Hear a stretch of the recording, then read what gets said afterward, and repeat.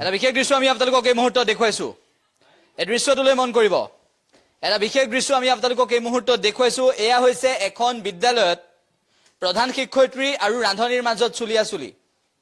মধ্যাহ্ন ভোজনক লৈ এনেদৰে চুলিয়াচুলি হৈছে। সেই দৃশ্য আমি আপোনালোকক এই মুহূৰ্তত দেখুৱাইছো। মধ্যাহ্ন ভোজনক লৈ এনেদৰে চুলিয়াচুলি হৈছে এখন বিদ্যালয়ত প্ৰধান শিক্ষয়িত্ৰী আৰু ৰান্ধনিৰ মাজত কাজিয়া লাগিছে। কিহৰ বাবে এই ঘটনাৰ সূত্ৰপাত হৈছে সেয়া আমি আপোনালোকক জনাম। কিন্তু এই মুহূৰ্তত সেই দৃশ্য দেখুৱাইছো। মধ্যাহ্ন ভোজন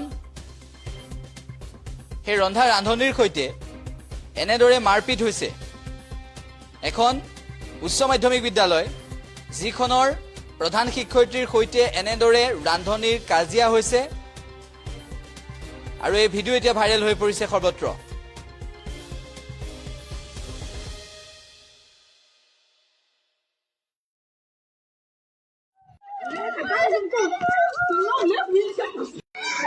भैया छुड़ाइए, भैया छुड़ाइए, भैया छुड़ाइए,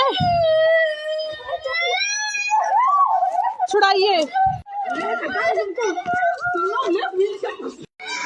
भैया छुड़ाइए, भैया छुड़ाइए, भैया छुड़ाइए,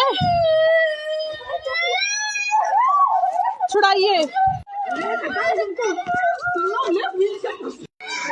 भैया छुड़ाइए, भैया छुड़ाइए, भैया छुड़ाइए, छुड़ाइए, भैया छुड़ाइए।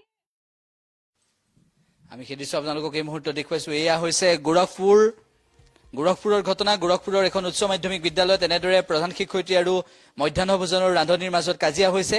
মধ্যাহ্ন ভোজনক লৈ এনেদৰে মাৰপিটৰ ঘটনা সংঘটিত হ'ল। এই ঘটনাই বাৰুকৈ প্ৰতিক্ৰিয়াৰ সৃষ্টি কৰিছে আৰু ছচিয়েল মিডিয়াত এই ভিডিঅ' এতিয়া ভাইৰেল হৈ পৰিছে।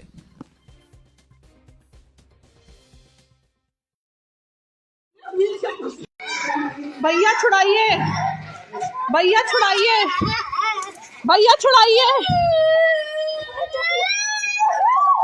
छुड़ाइए, भैया छुड़ाइए, भैया छुड़ाइए, भैया छुड़ाइए, छुड़ाइए।